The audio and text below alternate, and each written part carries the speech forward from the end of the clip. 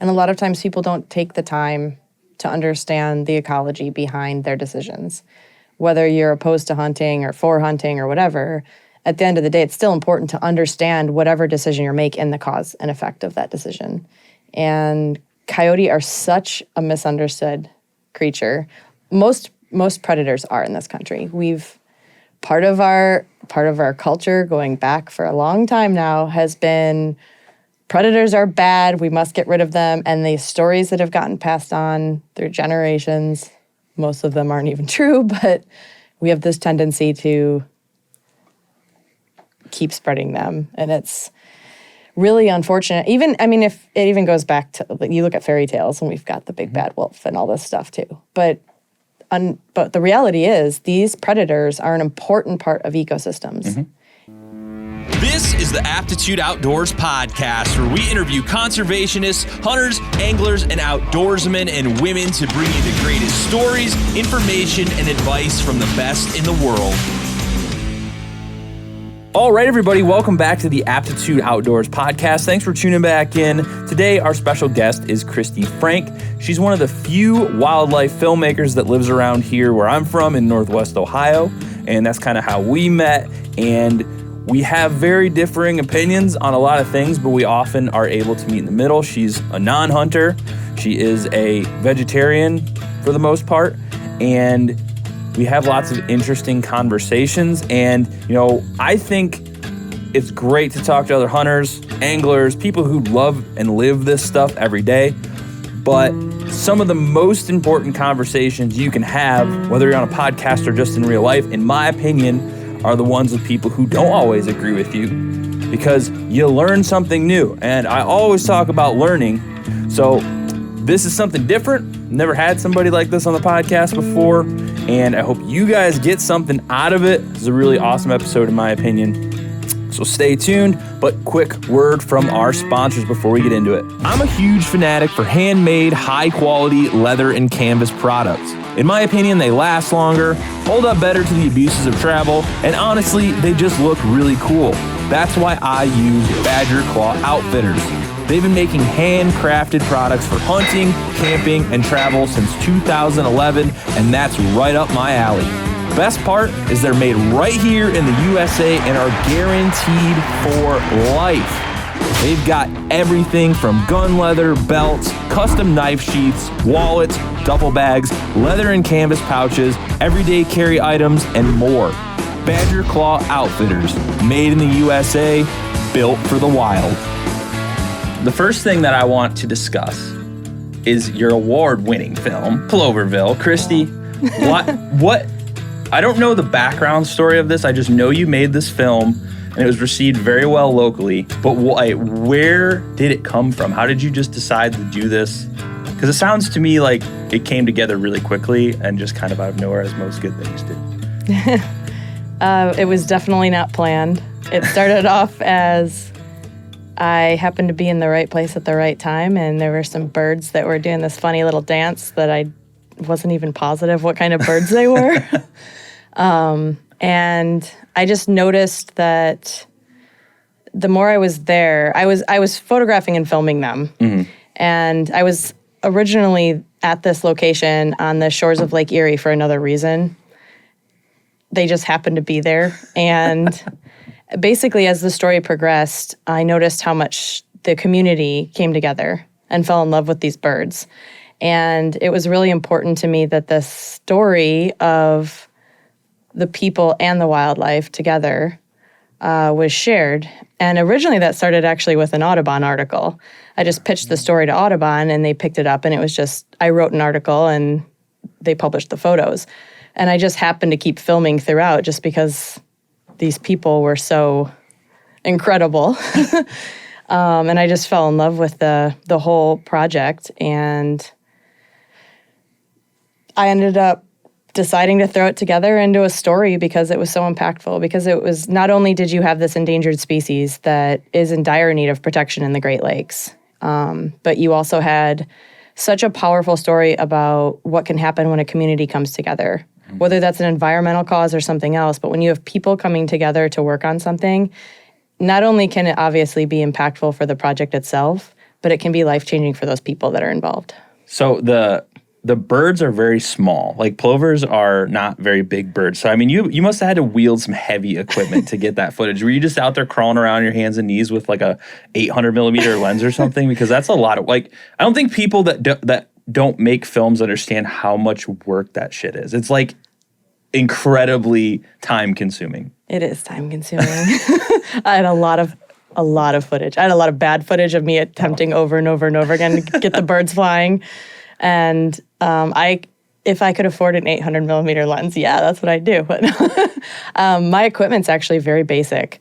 And so I would just find ways to make do with what I had. I talked to one of the biologists about setting up one of my cameras along the shore because I didn't want to do anything that would impact bird behavior. Ethics when it comes to this stuff is super important to me. So I had one tiny camera set up in a way that it wouldn't impact the birds, but there was a way to get a shot that was a little closer. And other than that, it was trial and error on the gross, disgusting beach and sitting in the sun on like the hottest days and just hoping that I would get that split second of a shot that would help tell the story. That wildlife photography, and I would say more so videography, is incredibly challenging. The focus has to be like dead on. They're moving all the time, especially birds. Birds do not stop. They are just like frantic, insane animals, and I love that. So it was about 20-something minutes-ish, the film, correct? Yeah, it was about 20 minutes. How long did it take for that to come together? Because I'm currently working through that with our friend Seth, and it is a lot harder and longer than I've ever imagined it being. Well, I can't remember how many hours and hours and hours of footage that actually was before we dwindled it down to 20. But I ended up actually hiring an editor to help me edit it because I realized there was no way. Well, I had a self-imposed deadline, so I knew there was no way I was going to be able to get this done by the deadline if it was all me. So, and actually, it would not have been what it was without Grace Eggleston. She was the editor that helped me. She had such a foresight about the vision on what the story could be and how she changed like the opening that I thought would be so great. She was like, what about this? And at first one of the guys, I was like, he's going to kill me if we open up with a scene of this guy crying.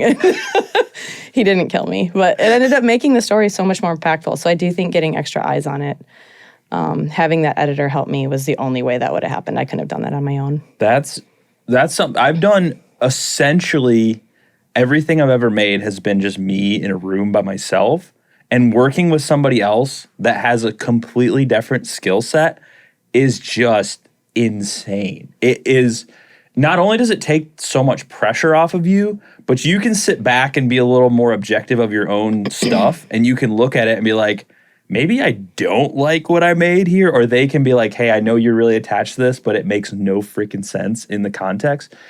And as creative people, you don't necessarily like criticism, but it's incredibly necessary, because what I tell myself all the time, and what I talk to Seth about, as I said, don't worry about hurting my feelings. I want to make something good. I don't care if I have to give up my piece of the pie, and likewise. So how hard was that for you? I mean, was there a lot of parts where you're conflicted of like, I really like this, but it needs to go? Because that's the hardest part for me as a creative, is it's like killing your baby, or whatever it they say. Is. I love criticism. I actually subject myself to it on purpose all the time. I've done a lot of portfolio reviews. I constantly reach out to colleagues. I've reached out to editors to give me criticism. I actually think that's helped me grow more than anything, is hearing the negatives. And I don't even always necessarily agree with them. And I think that's something that especially new photographers and filmmakers, know that anytime you're seeking out somebody else's subjective opinion, that there's generally a grain of wisdom there. And don't let it destroy you, but use that grain of wisdom to help propel you in your growth. So Grace, there were a lot of things she was like, I don't think we should have this, and I think it pulls away from the story. Even after the first rough cut, there were some professionals that I had help me with it, and they would say, I think you need to change this around. This needs to be cut, stuff like that. And I don't know, probably because I've been doing this for a little while, and I've had some really brutal feedback in the past, but it was welcome. All of it was welcome. So you also do a lot of writing and photography. Why did you end up there? Like, what made you want to do photography? Because it's not as easy as people think it is. They think you just go to Best Buy and buy a camera and you're like good to go. It's a little more complicated than that in a lot of ways. So like, especially the journalistic side of photography, that's something I don't have a lot of experiences. I know I like taking pictures. I know I like wildlife photography. Not a big fan of like studio stuff, but I do it if I have to. But like that's where I'm drawn continually is wildlife photography. So how did you fall into that? I've had a camera in my hand since I was about 5 years old, and I've always loved it. I think because I have always been very introverted, despite what a lot of people think about me. I'm actually very introverted, and it's always been a tool to help me use my voice. And for some reason, I can approach anybody when I have a camera in my hand. Mm-hmm. I don't know why suddenly I feel like so much braver in the world. But I think the radical transformation that happened for me was when I realized I don't want to say this the wrong way, because I do think that there is an art component to any photography. But taking that art component to the next level and realizing the impact that storytelling could have when you add that in, that was what radically transformed things for me. I have a bit of a background. I have a weird mixed background, but one of those things was journalism. And the power of, I've never really considered myself a wildlife photographer. I don't know what label you'd apply to me because nothing really fits perfectly. I would go with wildlife photographer if I had to say something, but that's just me. I normally say that I do environmental work because a lot of people tend to associate wildlife photographers with purely shooting wildlife.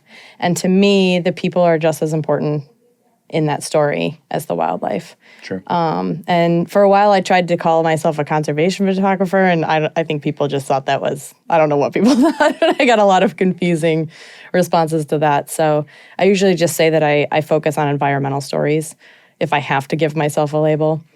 But I have done some projects both locally and around the world that were really impactful when it came to the human involvement and what people were doing and how people were inspiring each other, which is important with all of this because really, what is conservation? At the end of the day, to me, it's human to human. Mm-hmm. It's how we best can work to balance ecosystems, which we're all part of. So some of the projects have been used to either raise awareness or raise money or preserve rainforests. I mean, you name it. But the impacts that you can have with storytelling is so powerful. That's something that I've talked to a lot of people about because you talk about storytelling and then there's facts, which drive storytelling. And I don't care who disagrees with me because I live by this rule. People don't care about facts. It's just, to me, I've seen it over and over again. I've argued with people about this. And they're like, well, statistics. I'm like, when you say that, people tune out. If you relate this to them in a way that like touches their heart, they're going to pay much more attention. When you watch a documentary, do you want to watch 45 minutes of a guy being like, 45% of all dolphins? Like, no, that's boring. That's fine for like 2 seconds when they like, why is this important? But then they have all these emotional scenes of animals or whatever the context is. Nobody cares about the facts. They just were like, this animal's in trouble.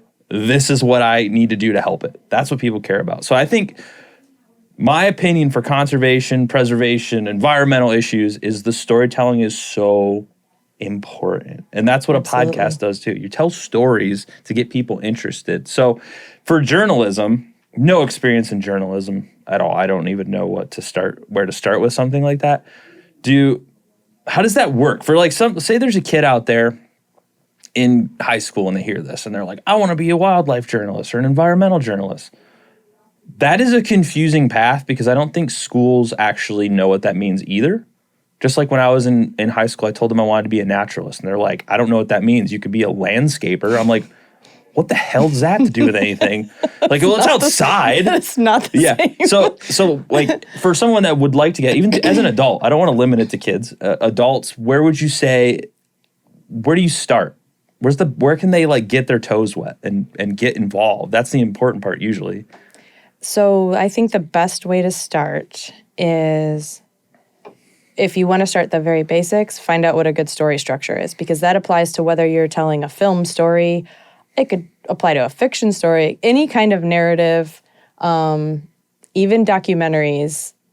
You have to have a story arc. So learn what the basics are with that, and then curiosity drives everything. I am an incredibly curious person, so find out something local.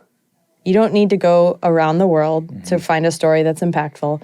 Find out something local that you're curious about and start doing research. Reach out to people that are studying that. There are a lot of nonprofits, a lot of even universities. A lot of times they're studying something that pertains to something that you're curious about. Reach out to people, ask if you can learn about what they're studying. Some of the projects that I've done, that's exactly what I did. I've been working on a long-term project about the health of our Great Lakes, and it started with Lake Erie, and I reached out to someone that's doing a bunch of stuff with technology and monitoring lake quality. I reached out to University of Toledo's Science Center, and people have been very welcoming, open doors for me, and it's not only will you learn doing things that way and you'll get a taste for what journalism really is about, you'll also make connections, and those connections will help open doors to other connections. Speaking of the Great Lakes, there's a lot of stuff going on with the Great Lakes, and that's something that I've been working through a lot. I've had, Sandy Bin on. I've had a guy who's a farmer on, who's involved with like backcountry hunters and anglers, and everybody has different thoughts and opinions on Lake Erie and the issues between this complex issues between farming, not only farming, CAFOs, algal blooms, how it's all tied together, and how to navigate that without pissing off everyone. So how have you watched this unfold as you do this long-term project? You've experienced a lot about the Great Lakes. You've written a lot about Lake Erie, done a lot of the photography with the algal blooms that are devastating. I mean, for people that listen, if you don't know that, like, they shut down our city for like days. It was a crisis. It was a literal crisis. Like, people could not have water. So how do you navigate that?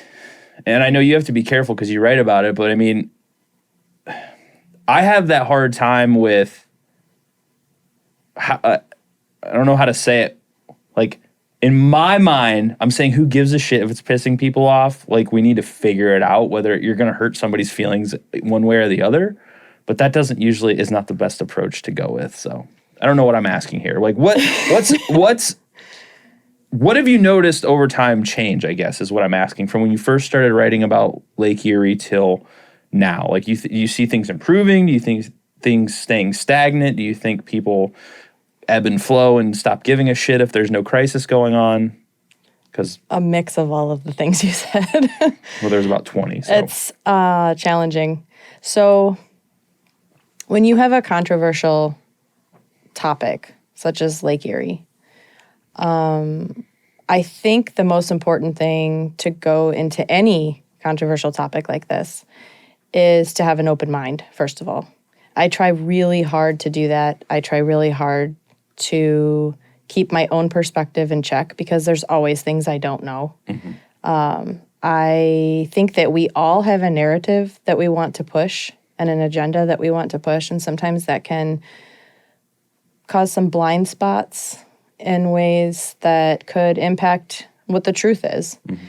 And the more I dug around in the story, I felt like there were certain truths that surfaced. CAFOs are obviously a big concern in the Lake Erie watershed that has impacted me personally in the decisions that I make on a daily basis.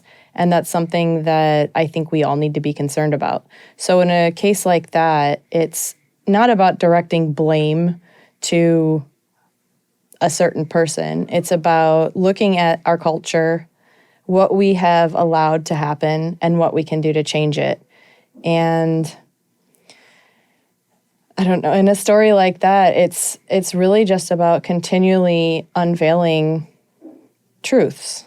Mm-hmm. I don't really think that I'm ever trying to force blame on anybody. It's more just, here is what I discovered. What do you think of this? What do you as an individual want to do about this? How does this impact you? I really am a type of person that likes to listen more than I talk. Even being on here is weird because I'm the type of person that likes to take in information and kind of sort that out. That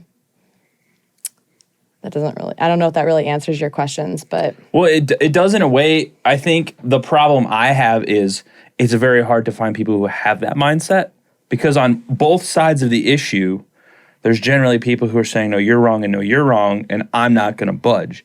And my goal, I feel like, as someone who talks a lot and talks about these issues a lot, is to figure out how to connect these people and be like, I know I'm not going to change the way people think about things, but it's more a matter of being level-headed and not getting upset and being like, how can we work together? We're both going to have to give up shit. That's how the world works, and I'm sorry. That's literally how things work. You're not going to get your way. You're not going to get your way. But how can we come up with a solution that's going to benefit the greater good rather than one or the other? Yeah, that's absolutely. the hard part. I think that's where every issue has these opposing extremes, and you look at our culture right now, especially in our country, and there's these opposing forces. And we tend, I think, to put things in these black and white perspectives. We make everything so polarized. And at the end of the day, if you sit down one-on-one with people, we have a lot more in common. We have a lot of common ground. And usually there's actually more in common than there is that we don't agree on. Absolutely. And I think you and I have even had conversations about that when it comes to diet and everything. Yeah. So that's a perfect example of that. So where is the common ground? When you've got two polarizing forces that are constantly preaching to their own choirs, all that does is create a continual divide. You're never going to come up with a solution. Yeah. And I think that's where we really need to learn to try to be more understanding of each other, try to understand opposing forces, try to understand things from their perspective, and find common ground. I think that's the only way we're going to be able to change things. And well, a lot of the people I talk with we consider ourselves generalists. We are generalists and I credit this to my friend Pat Hogan, who works at Michigan United Conservation Clubs. We talk about this a lot. We were stuck in a car together for like 4.5 hours, and we just talked the whole time. And it was like, a lot of people aren't one or the other. A lot of people are just generally interested in X, outdoors X, And there are definitely people who are more polarized or only care about one thing. Like hunters care about hunting. And then you're like, well, why don't you like birding? And they're like, birders are nerds. I don't want anything to do with that because it makes me look like a nerd. And I'm like out there with them. And I'm like, well, I'm a birder. I'm sitting here with you with a shotgun. Like, what's the difference? They're like, well, I'm like, look at these pictures I took. I was like, that's pretty sweet. And they're like, well, it's not. I mean, it's still lame. I'm like, I try and relate whatever people are opposed to. I try and relate that back to them in a way that would make sense to them. Like, okay, as a hunter, why would it not help you to understand the ecology around you, the wildlife? Like maybe what this animal's doing and this animal's doing impacting what that animal's doing, or they're only here certain times of the year and this and that. How is that going to hurt you to learn more? That's my thing. I'm always learning stuff. Mm-hmm. And the more I learn, the more I'm like, none of this shit matters. We're all on the same team. We just do things different. Like some people like basketball. Some people like football. You still like sports. Okay. if sports were to go away, you wouldn't have a good time. None of you. But we all like different sports. You know what I mean? Yeah. That's hard. That is the hardest task because it's hard to get people to think outside of their world. Everybody, do you ever just drive down the road? This is a thing I do all the time. I drive down the road and I look at every house. I'm like, each single person in every single house is the exact, is doing what I'm doing right now inside their own brain. And it drives me absolutely insane. I'm like, that person's probably like watching TV, that person's doing the laundry, that person's like worrying about work tomorrow, like, but everyone's doing that. And I think if you can realize that.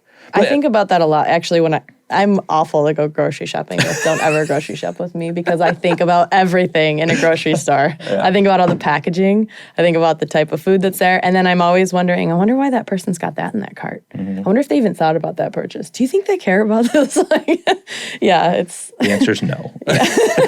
I think a lot, actually, to answer one of your questions that you asked earlier, I think when you brought that up, I think a lot of people are really just trying to get by at the end of the day. I think so many people right now are just trying to get through their day. And at the end of the day, the people that are loud, that have voices about this, a lot of them are in positions that are privileged enough to do so.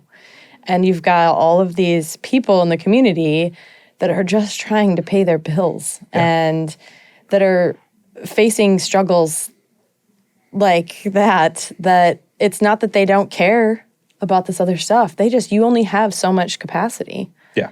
Well, I think about that every day. I think simple things that are like part of being a human. Like my wife and I sit there and I'm like, how do people have kids? We both have full-time jobs and we're not like destitute, but like, how do people afford this? How do people, like, how do you get by? And then like, who has the free time to worry about this shit? I do, because I don't have kids. I'm just like, I can sit up and wake up whenever I want and read and do all this stuff because I don't have to worry about other people. But I would say the majority of people do. Yeah. Like so how do you, like, where do you get people to care when most people are barely making it through life? And I think that's where storytelling is important. Mm-hmm. I think if people have, they don't have time to do all this research and reading and stuff like that. That's your job as a storyteller, is to get that backstory, make sure what you're telling and revealing is truth, and then to use the emotional aspect to connect with people. And the problem that I run into a lot, I think, is there's so many people in this day and age that are untrustworthy of everything because there is a bunch of bullshit media out there that is lying to people. It's called the news. It's like the daily news cycle is just chaos. And I'm like... Well, I have a lot of people that work for the news, so I'm not going to say the news. I'm my own news, and I don't give a shit. But I think it depends on your source. Absolutely. Well, I mean, I'm not talking like local. I'm just talking like these big networks that everybody watches all day. The major 2 networks that like our parents probably watch.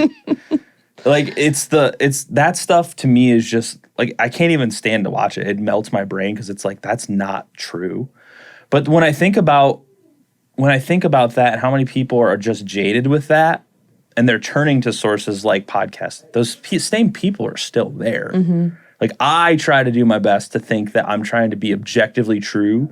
Maybe some of the things I say off the fly are just like nonsense, which is totally valid. But I think I like to interview people who know what they're talking about. And that's where it gets difficult to relate to people because I think everybody does get jaded. But wildlife films are pretty safe.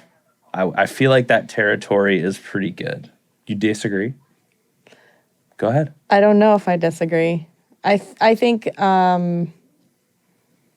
depends. Like on what factor? Well, there's always bias in every story. And I think if it's purely wildlife, generally, I don't know what you mean, I guess. Depends on what you mean by safe. But I do think that even in science, I have a little bit of a background in biology, and I think even in science, when you start looking at like research studies and the study method that they use, and you really start digging, even in science, there's bias. So even in storytelling, that seems like it would be relatively neutral. Mm-hmm. There are things that can be missed, and I think that's also why it's important, though, to have a variety of voices, because, for example, it's like 26% of filmmakers are women. Yeah. So 1 out of every 4 people I bet I don't even know what the numbers are when it comes to minorities. It's probably, I'm guessing, worse. So I think it's really important to always keep in mind that even when you're talking about wildlife filmmaking, which is less controversial in many ways, you're still only seeing that through one perspective. So I think it's really important that a variety of voices are out there telling the story through their lens. Well, if nobody's noticed until now, if you look at my podcast, every other guest is a woman, and that's on purpose because it really, and especially with the topics I cover are mostly like hunting, fishing, conservation, more so than not. I think it's important to have that perspective because like dudes talking about hunting and women talking about hunting are different in a big way always. And it's cool to have those different perspectives. But I don't know. I think you're just going to find that in any scenario, there's always like less women, and women are treated differently. And then obviously minorities are different. And it's another thing, like how do you represent that better? And that's not shit you talk about in the hunting world. That does not get brought up. They're like, this dude's a loser. But I don't care. That's the problem. Like we both have this mutual side note of just like burn it down. Who gives a shit? Because sometimes you need to be that way because people get very worried about how they'll be perceived a lot. And I've just been trying to not care. Like people are going to think of me what they think of me and think of like what I say and disagree. It happens regularly. It happens often, but I don't care. Start your own podcast and come at me then. Let's go. So I don't know. I think the only thing you can do is action. And I'm glad that you're making films. And I could be wrong. If you're listening and I'm wrong, there's like 3 of us here that actually try and make like wildlife and conservation stuff that I know of, like in Toledo, Ohio area that live here. Am I wrong? Do you know more people? No. Exactly. I mean, there's a lot of nonprofits that are trying to do stuff. I don't know a lot of people that are trying to tell the stories about what's being done, though. So, and that actually is a good point, what you said, because that's when it comes to conservation, it's not just researching it, it's the action behind it. It's being thoughtful as an individual and in the way you interact with the world and its actions. To me, anyway. That's my own little personal definition. Well, I think that's the biggest defining factor. I bet there are hundreds of people around here who would love to make wildlife films. And the difference between them not and them doing it is picking up a camera and finding a story and going and making the film. Yeah. It's going to be a sloppy shit show if it's your first film. I know, because I'm working through that right now. But it's like, you can't, my biggest thing with people is like, you can't be scared. You have to just like push that down or work through what you're scared of. Oh, you have to fail. You have to, that's a. Yeah, I have a whole thing about failure. Yeah. I love that because you can't be scared of that. It's going to happen. It's an inevitability. You will absolutely faceplant a million times. With any art, really. And then especially if you're trying to do this weird conglomeration that I walk, which is this weird line between art and science, you're going to fail way more times than you succeed. And I think that's actually, Alex Getz and I were just talking about how the number of no's that you get and what it takes to keep going. And you have to be passionate about this because you're going to get a lot more no's than you'll ever get yeses. And I think social media has done a bit of an injustice to us in the fact that you see, even with me, I don't want to be negative on social media, but I do try to show things can be tough. Real life is tough. It is not like if you only post your wins, people assume that they must be doing something wrong if they're not getting this many wins too. But for every win you see, most of us that are somewhere in the storytelling field, whatever media you use, you have probably either failed or gotten rejections 99 times for every one time that you get a yes. And yes, it is very difficult to work through that. And especially one thing I'm working through is not taking it personally. I just had it's hard. Well, it is hard because it's you're working your ass off. It's not like you're just like, oh, this was a fun idea I had. Like, and it's something from the heart. Yeah. I mean, most of this art is something that you create from the heart, whatever kind of work you're doing. If you're doing a film about hunting, it's still something that you're generating because it's something you care about. It's your passion. It's scary taking a chunk of your inside, showing it to the world, and then having people be like, nah, no thanks. And you're like, I just set my heart out there. So it's hard. I feel like I'm much more aggressive than you with people, and I will just be like, get fucked, dude. I don't give a shit what you have to say. But that's actually an interesting point. And I actually was doing some reading about this a few weeks ago, and I've talked to a few people about this. So this is interesting. I'm kind of turning the tables here on you. There's this whole theory about when men, not to gender things here, but when men get criticism versus the criticism that women get, and I don't know if it's different in this industry or not. I think in some cases it is, but in a lot of industries, you put yourself out there as a man and they don't like your work, they will criticize your work.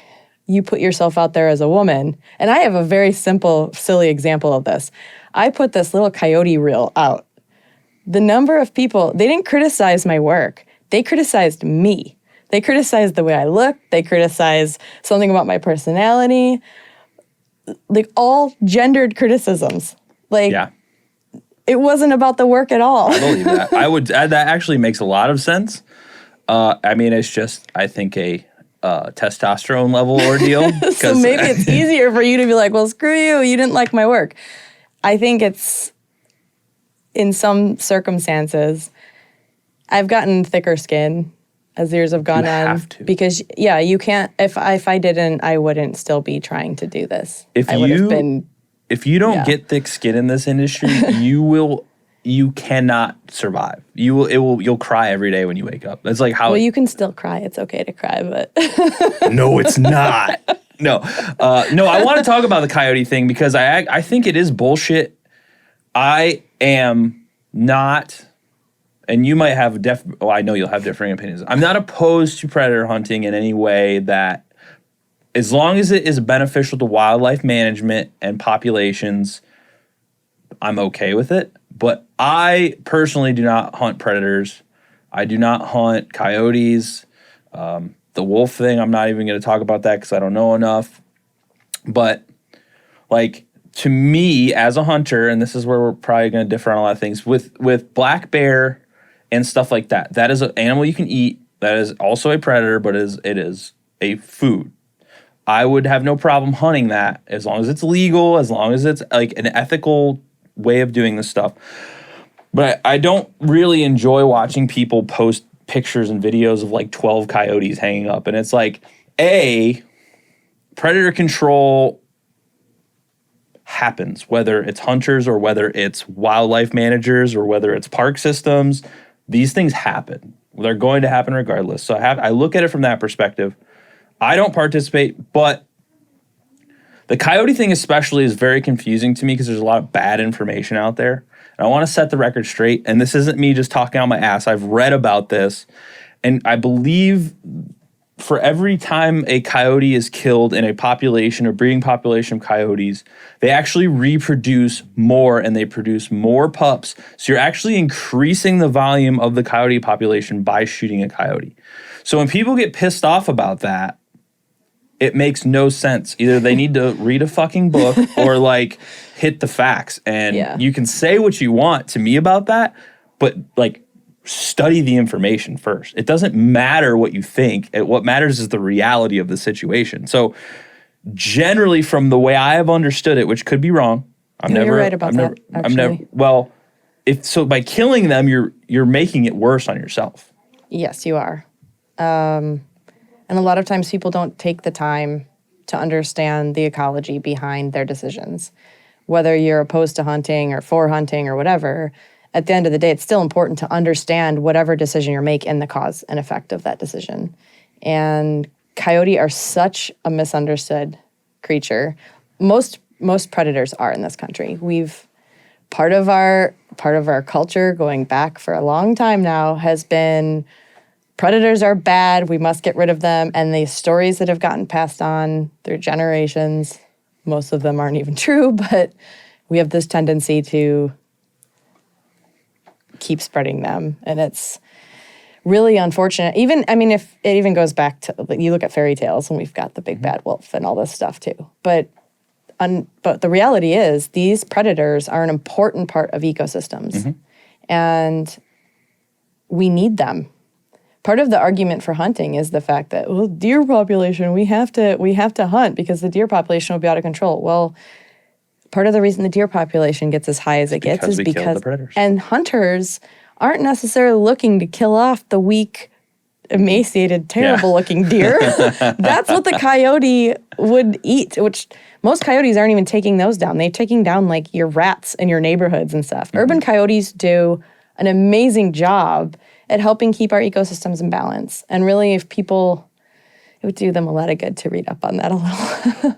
Hey, what's up, everyone? James Appleton here, co-founder of Absolute Aid. Welcome to the Seek to Do More program.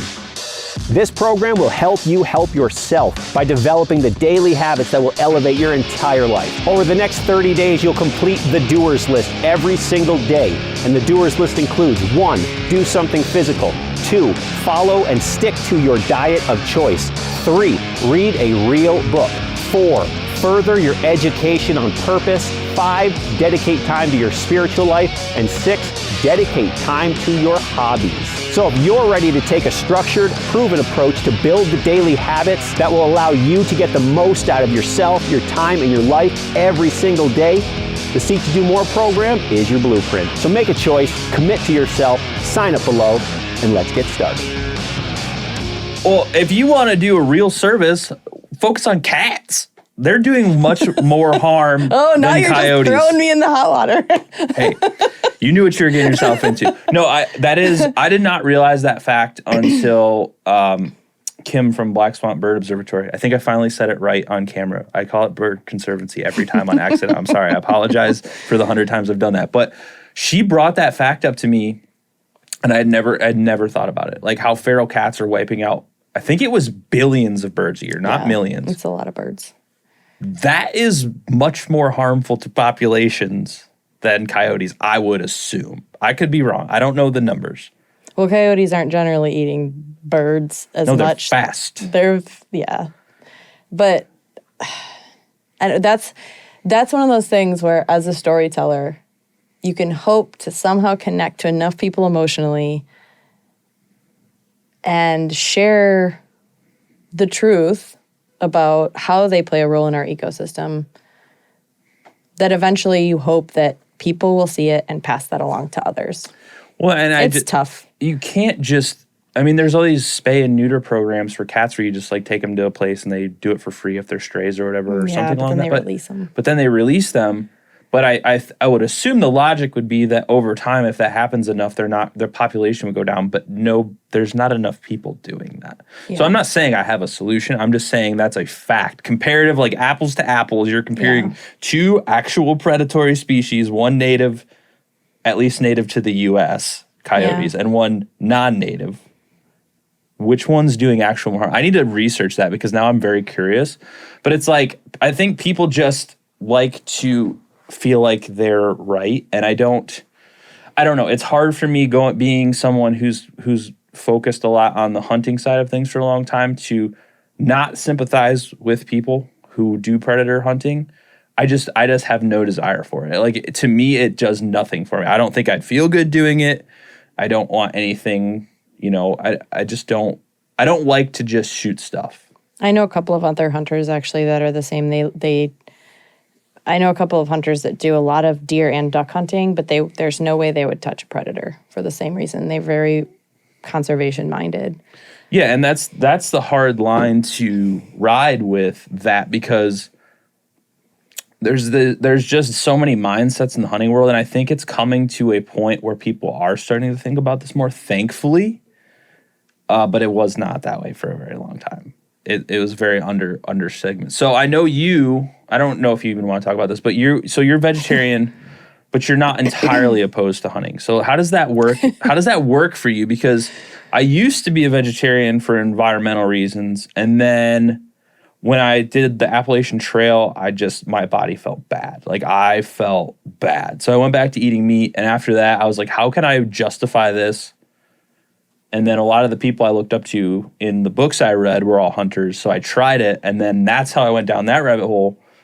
And now I'm here today. So what's the opposition and non-opposition, I guess? Because that's really the contention.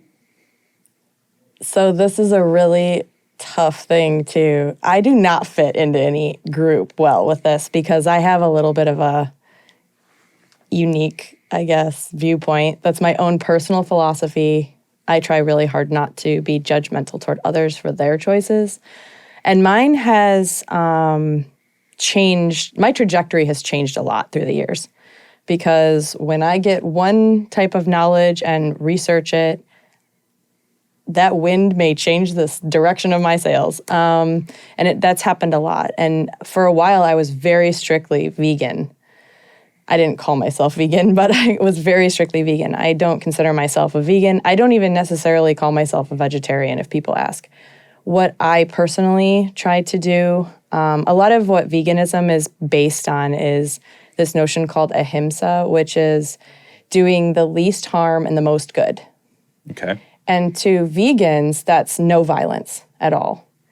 But I have kind of taken this personal perspective that almost everything we do in our current society causes some level of violence, unfortunately. That's what we've basically become because everything has, even I've actually gotten into discussions with this in some of the groups in the area. Some people they'll push certain types of vegan food, and it's like, have you looked at the ingredient list? Mm-hmm. Have you noticed that that's all wrapped in layers of plastic? At what point are you causing harm? And at what point are you doing better? And that's something we all personally have to wrestle with. For me, my dietary choices that's always in the back of my mind. So I try very hard to eat whole food, plant-based as much as possible. The reason that I don't know if I would be able to hunt. I'm actually kind of curious to know if that's something I would be able to do. I don't know if I'd have a hard time taking a life like that or not. The reason that I don't have any type of disrespect toward hunters, especially the ones that have conservation in mind, is that if you look at what we're doing to our environment right now, whether that's processed vegan food mm-hmm. or industrial meat consumption, it's all harmful. Yeah. And there's so many layers to not only to the health of ourselves, but to the health of the ecosystems and everything. Everything's on a scale, right? Mm-hmm. So you've got, if you're eating like bulk foods of lentils and rice and stuff like that, that's like the most environmentally friendly that you can do.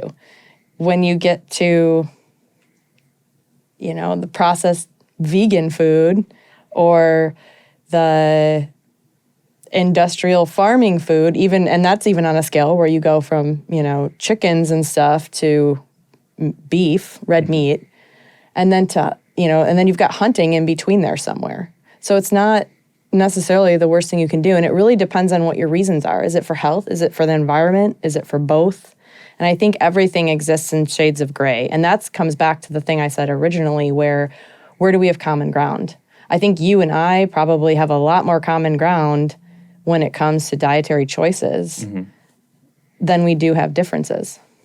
I just, the part that gets to me with a lot of stuff is once you start of like giving this position where you're on the moral high ground, I just tune out. Because it's like, no, we're all making choices that feel good to us.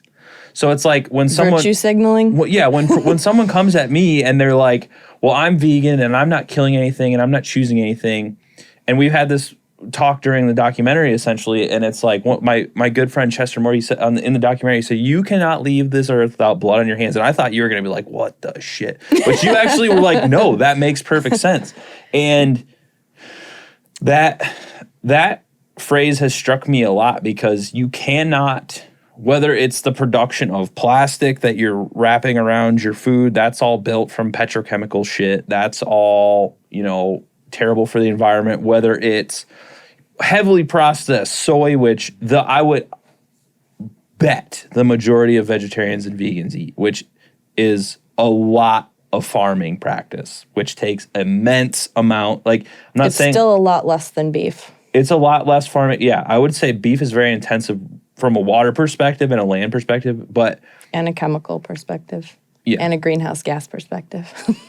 Yes. I have a lot of these facts memorized. But the thing is like, the point being, you're still not washing your hands. You're not, because as it's stated in the stuff I'm working on, is like, stuff gets ground up by combines. The literal thing that you could do to have the least impact on the planet is buy a plot of land, grow your own food, and never leave the house with your car. No electricity. You basically would be Amish.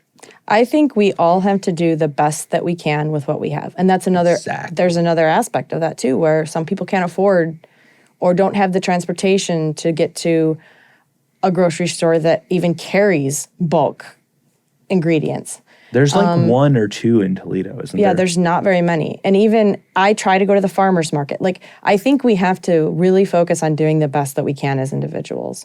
I think the virtue signaling thing is really important. If you're a nonprofit that claims to care about the environment, focus on what you're serving people at conferences. Don't serve them factory farmed meat. Like, there are things, and I'll probably get some hate mail over that, but there are things we can do. And that's, when it comes to hunting and everything's on a spectrum. And if you're trying to do the best you can, and if you decide you want to consume meat, and you're trying to do that in an ethical way, and it's a more humane way, which nobody wants to talk about the humane aspect. It's not cool to talk about that. It's much better to talk about the fact that we've turned our lake green from runoff, but there is a humane aspect to it. And hunting is more humane than factory farming. That's just, it is. Yeah, and it's hard to talk about humaneness and ethics when you're literally talking about killing something. And I think a lot of people try to do that, but that's out the window. You're making a choice, and so when I talk on humaneness in hunting is different than I talk about ethics in hunting, but humaneness in hunting, the argument that I've heard from many people, including ecologists, including like journalists, including pretty much anyone that thinks at this on any level, is they're going to die some sort of death of their teeth are going to fall out and they're going to starve to death. They're going to get eaten by a predator. They're going to get their head stuck in a fence. At least there is an attempt by hunting to do that quickly. As quickly and humanely as possible. Now that there's so many factors that go into that could cause that to go awry. And that's where it falls apart. That's like you either have to decide you're going to do it or decide you're not going to do it. Yeah. That's with hunting. And every time I hunt, there is a wait. It's not just like, woohoo! That might last for a second because it's like just human to like be happy when you're successful. Yeah. But it is not like it is on TV. It is not a clean process. It is not okay, pulled the trigger, let's haul her home. It's like there is a window where like it's not dead. Yeah. And people don't think about that. And to me, that's where the weight is. That's where it's like, shit, like I did this and then it's my responsibility to get this over with. Like it's on my shoulders. Like there's no like, Dad, help me. It's like, I'm out here. I made this decision. It's my problem now. And what I'll say to you is the thing that I like about that is it's my problem and I'm handling it and I'm not like, I've heard people say like, I don't missionary that out. Like if I'm going to make the choice to eat meat, it's going to be my damn problem and I'm going to deal with the nastiness. Like that's where it's at. And then every time you eat that though, you're like, I did this and I'm not like, it's nothing to go to a restaurant and throw your food away. Like, I didn't like it. It wasn't good. When you do that at home, it's like, I killed this thing. It's my responsibility to eat this. If I have to eat these shitty leftovers for 5 days, so be it, because that's what happens. So I think a lot of that comes down to having a healthy respect for life. And death is a part of life. Mm-hmm.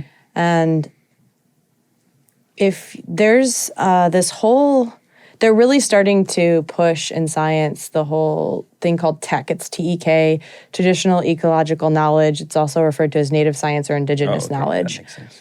And part of that ties in the spiritual, the human and animal connection, ecology, all of that stuff. And I think when you really look at traditional ecological knowledge, there's this healthy respect for the relationship you have with your environment. And it's a give and take. It's constantly this give and take, and it's a balance. And I think for someone like you that's hunting in the regard that you have a respect for that life, and you're taking that life as part of a life cycle that keeps it in balance instead of just what we're mostly doing now, which is not a balance. I think that's completely different. And I guess that's where I respect hunting. Mm-hmm. And honestly, we wouldn't even have the land preserved in this region, which is an important region when it comes to ecosystems and habitat, not just for the fact that we have all these migrating birds that come through here because of Lake Erie, but we've got a lot of other creatures that are in a unique habitat here that has been preserved because of hunters. If hunters hadn't set aside the land along like McGee Marsh, Wyness is a huge component of that. There's a lot of land that would have been drained, just like we did with most of the swamp. Yep. And that land is critical habitat for so many living beings, not just animals either. I mean, plants. We've got rare plants here that people don't even know about that wouldn't even exist. And I think the important thing to remember with stuff like that is we tend to segment things, and it's like wildlife and out there in the country and here in the city. And I mean, with everything, we segment everything. You know, that's what people are always like, you have to pick. Are you art? Are you science? Are you wildlife? Are you this? We are all so connected. You pull a string here in Toledo. I did a project in Sumatra, and that's when it really hit home for me, because you pull a string here in Toledo and you buy a product with palm oil in it. It can be a vegan, plant-based product, but one of those ingredients is palm oil. You are most likely contributing to the demand for burning and slashing pristine rainforest in Sumatra to grow palm oil. Halfway around the world. We are all so connected. And if you're a hunter that's keeping that in mind and keeping that healthy relationship with our ecosystem in mind, that's a lot better on the spectrum than... Well, that goes back to virtue signaling. I mean, one of the things I remember specifically one of my professors saying in college was, you get all these environmental PhDs in the room and they're all like, oh, you're all terrible and you need to work on your personal choices. And they're like, you just flew on a plane to get here. You're full of shit. Like, cut the crap. And one of the things I've had a hard time recently with is I do believe personal choices you make as a person matter, because it's just a matter of principle. I believe in what I'm doing and it matches with what I'm saying. I do believe that. I believe that's important. But at the end of the day, I really do think we need to have more responsibility for corporations, because me as a person, I can't pump out 15 billion plastic water bottles a year. I mean, if I tried my hardest, I don't think I could do it. It's both. It's absolutely both. Both. And study after study after study. And I wrote about this the one day. I was so frustrated because people were I think I put a recipe up. I didn't even say anything about it. It was like some recipe that was just healthy and delicious. And I got, of course, the haters. You are always going to have haters, but people, it doesn't matter.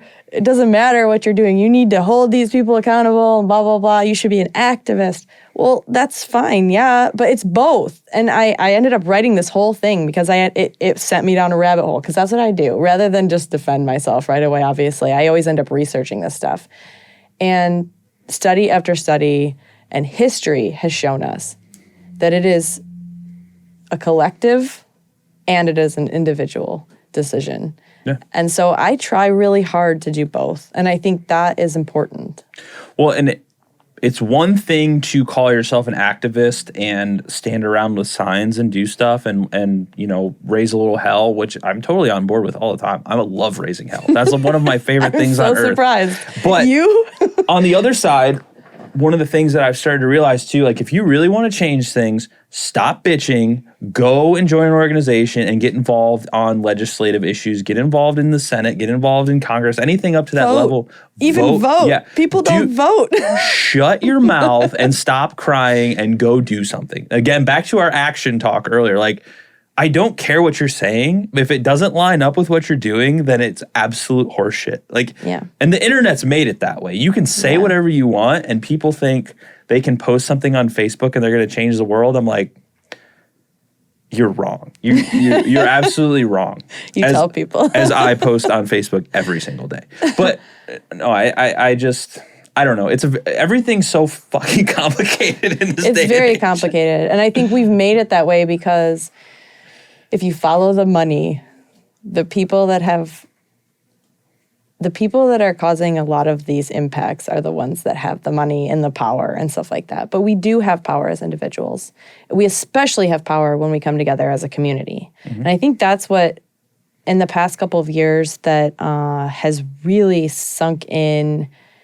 And I keep mulling over things in my brain about how to bring people together more, because I think we've actually lost that a lot in this society. I think the sense of a community is not something that we've held on to. I think for a variety of reasons, not just the internet. Everyone blames the internet and social media. It's also the fact that people have to work 2 jobs to pay rent and, all that stuff.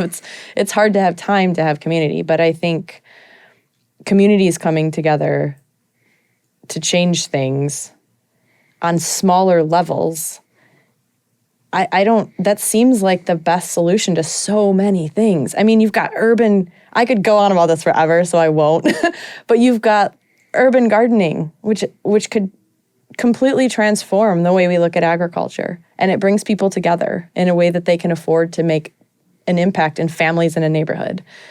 You've got activism by people coming together for a cause and convincing, bringing bills to, or bringing like the rights of nature stuff, where they bring a cause to a legislative body. Even if it's at your city council, a small group of people can bring something to a city council and change things. So I don't know, that's something that I've been really focused on lately, is this sense of community, and not only what it does externally, but also what it does for people as a whole and our health and well-being, even from an emotional perspective. Yeah, and I think it can even go beyond that. I know a guy who has been on this podcast. He is a single person, and he got a law changed in Michigan for different hunting and fishing regulations, and people hate him. And when he was on the podcast, if you go on his TikTok especially, people are just commenting the nastiest shit, and he tags me all the time because we love to laugh about it. And every time we're like, "Where were you at the meeting?" I went in front of the freaking like NRDC and was like, "Hey, I have this idea," and they're like, "Okay." He's like, "I was the only person there. What are you doing? You're complaining, and I'm sitting here getting what I want." And that's what I'm saying. Like, if you think there aren't people on the opposite side trying to completely strip any environmental or conservation laws that we're doing, you're out of your mind. Yeah, there are people that doing that. Then they have a hell of a lot more money. But it's your right as an American citizen to go up against them and be like, no. Yeah, and people have done that. They do it all the time. Tiny forces have taken on very big issues. Yeah. And have been successful at that. It happens every day. And those stories are the best to tell, because those are the ones that inspire the rest of us to keep going. Yeah, I would agree. So, well, I don't want to keep you all night. There's a million things we could talk about, and there's a million things that we could ramble about. I do want to know about before we wrap up, I do want to know about your trip to Sumatra, though, because, I mean, you've been to, like, Africa, you've been to Sumatra, you've done a bunch of wild shit. So, Sumatra interests me, though, because I'm going to sound like a bad person, but I don't really, like, care too much about, like, the whole, like, big savannas and stuff. I grew up watching that stuff. I don't say I don't care about it. That's out of context. I don't, like, have any desire to really go there. I would, like, seeing it on TV is cool to me, like, giraffes and stuff, all that stuff, but, like, orangutans? Sign me up. I love primates. I wanted to do my undergrad dissertation in my anthropology course on primates at the zoo, but they told me no. So I'll call him out on my own show because the lady was mean as shit to me. But anyway, that has nothing to do with reflecting Christy at all. So, but anyway, what was Sumatra like? Because I just think primates are so fascinating. I love them so much. It is. It's hard to even find the words to describe what it is like to see an orangutan in the wild. And the ones specifically, Borneo, they tend to be at ground level. Mm-hmm. Sumatra, they swing through the canopies over your head. And the first time I saw one, I remember standing there in the jungle. It was, you know, those moments that make you feel small. Yeah. But you also feel so connected to everything. It was one of those moments. And I tend to only get those in nature. And I remember, I was looking through my camera at this point at one of these orangutans swinging through this canopy way above me in this lush green canopy and this bright orange color. And they're so graceful and they move so fast, even though they're these big, hairy beasts. And I just remember my eyes welling up with tears. It was so beautiful. And if you've never seen one in the wild, it's hard to even describe because growing up, I just like every other kid around here, the only time I saw them was in the zoo. Yep. And it's a completely different experience. The people there were amazing. The jungles that are left there are just gorgeous and unbelievable, the amount of diversity that they have. They're so important to protect. They have, Sumatra happens to be one of the last places in the world where the Jungle Book could have actually taken place, where there's tiger. That was my favorite movie. Rhino, elephant, and orangutan all together. I really hope to go back there someday. I'm still in touch with some of the people that I met there, and we were able to raise some money to set aside some of the rainforest that was connected to some of the national park.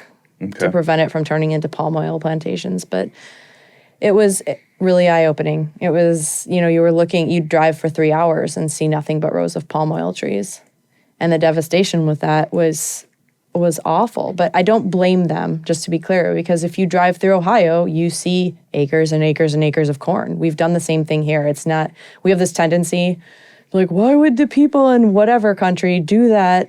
We did the same thing. We did that because we had to do what we thought was the best thing to do to survive. Mm-hmm. And that's what the people there have done. And palm oil has given villagers a chance at a different life through industry. Mm-hmm. But there are other solutions, and I hope that as time goes on, some of the people that are working on those are successful in that, because if you ever get the chance to go there, it's just unbelievable. Well, as humans, I feel like it's our full-time job to just see how far we can push things before it actually destroys the entire way of life for everything on the planet. It's like our full-time job. Yeah, that's what we're good at. Wait, what do you mean by that? Look around. We just you want it. Oh, you're saying you're not saying you want to destroy things. You're saying that's what we do. I run a conservation podcast. I was like, that's the opposite of what I thought you felt. No, we have a tendency to not think about anything and just go full speed ahead. Yeah. Even though we have very, very much brains capable of thinking about stuff, we tend to just ignore that and just hell yeah, dude, mass produce everything. And it's very interesting. I don't know. And there is no solution. I'll say this now. One thing I will give humans credit for is when shit gets too bad, we're like, oh, okay, we really do got to figure this out. But it usually takes it to that point. Yeah. There's no panacea though. The national park system, they were created because we were like, oh, we literally ruined everything. Maybe we don't want bison to go extinct. We should probably do something about that. Yeah. So, and I mean, there's still, whatever. This could go on all night. Christy, I want to thank you for coming on the podcast. It took me a year to get you in here. But if you want, you can let people know where to find you on social media. And I don't know, you got any sweet projects coming up you're working on that you're allowed to talk about? I have a lot of projects I'm working on. Actually, Alex Getz and I are working on one right now that should be pretty cool. That should be out hopefully this spring. So we'll see. And then I have a couple of personal environmental projects that I've got going on. So you can find me on Instagram, Christy L. Frank, and I can give you the link to that. There's also a website, ChristyFrank.com. Sweet. Well, thanks for coming in. Thanks for having me. It was really fun. It's a long hour and 5 minutes. Hell yeah. It's rare that I get people in the studio. It's usually over Zoom. So thanks for coming in. I'm sure we'll be talking a lot in the future. future because we have a group chat now of all the nerdy filmmakers in Northwest Thanks Iowa. for having me.